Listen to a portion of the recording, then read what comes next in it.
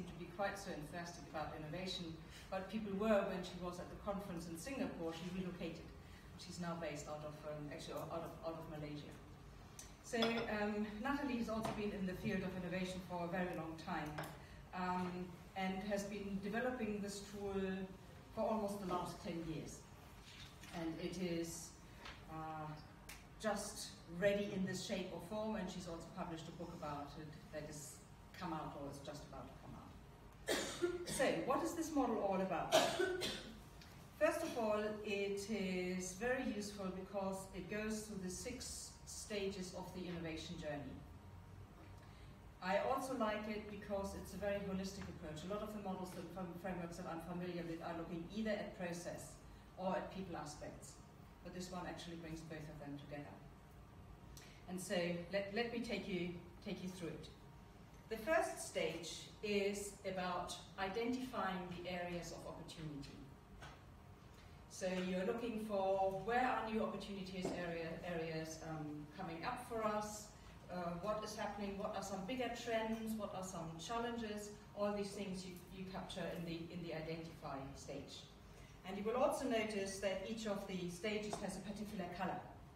So the identify stage is blue for blue sky, you know, sort of thinking outward. And as I said, it's not only about the process stages, it's also about mindsets that are associated with each of the stages. So the mindset for the identify stage is curiosity.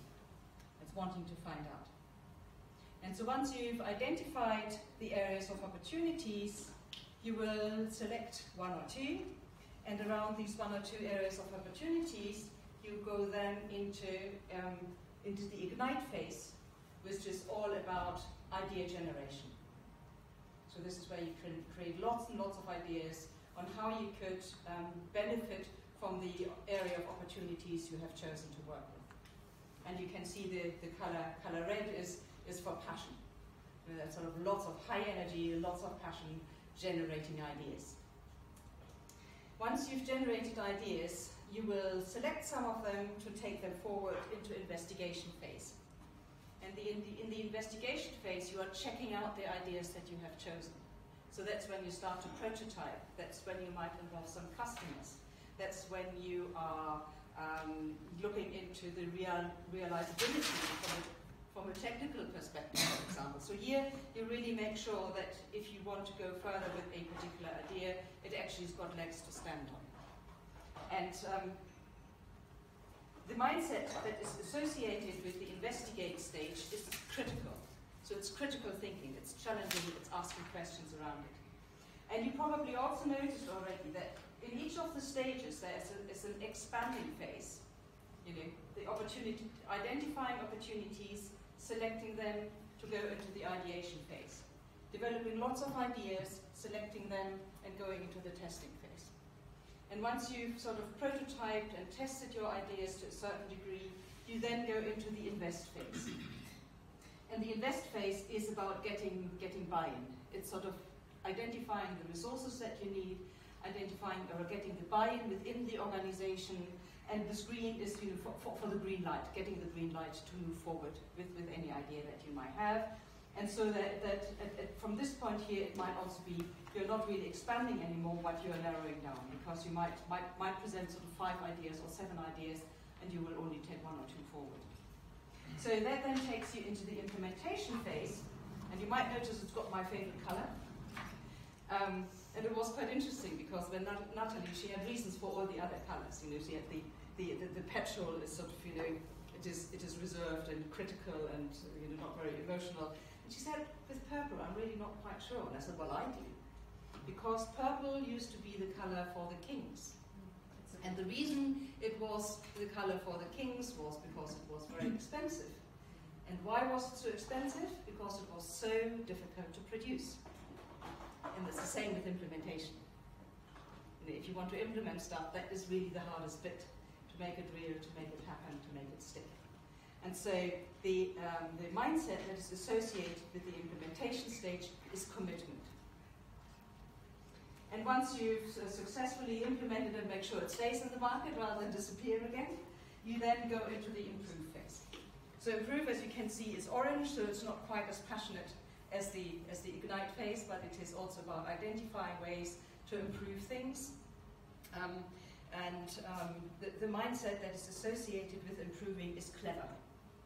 You have to be clever about sort of eking out little bits and pieces on how you can improve whatever you have developed. And then there's one last aspect of the model, and that is the purpose, which is right at the center. And the purpose is really about what are we doing, and not only that, but also why are we doing it. So that you're really very clear about why you want to do it and what you want to do. And in a way, that is the anchor point for the entire model. So when you identify opportunities that will help you deliver against the purpose that you have identified. So it's not just any opportunities. That's what we are talking about earlier. If you just say, "What have you got a great idea?" It's really difficult. But if you've got a defined purpose, then you can look for more specifically the opportunities that might help you address it.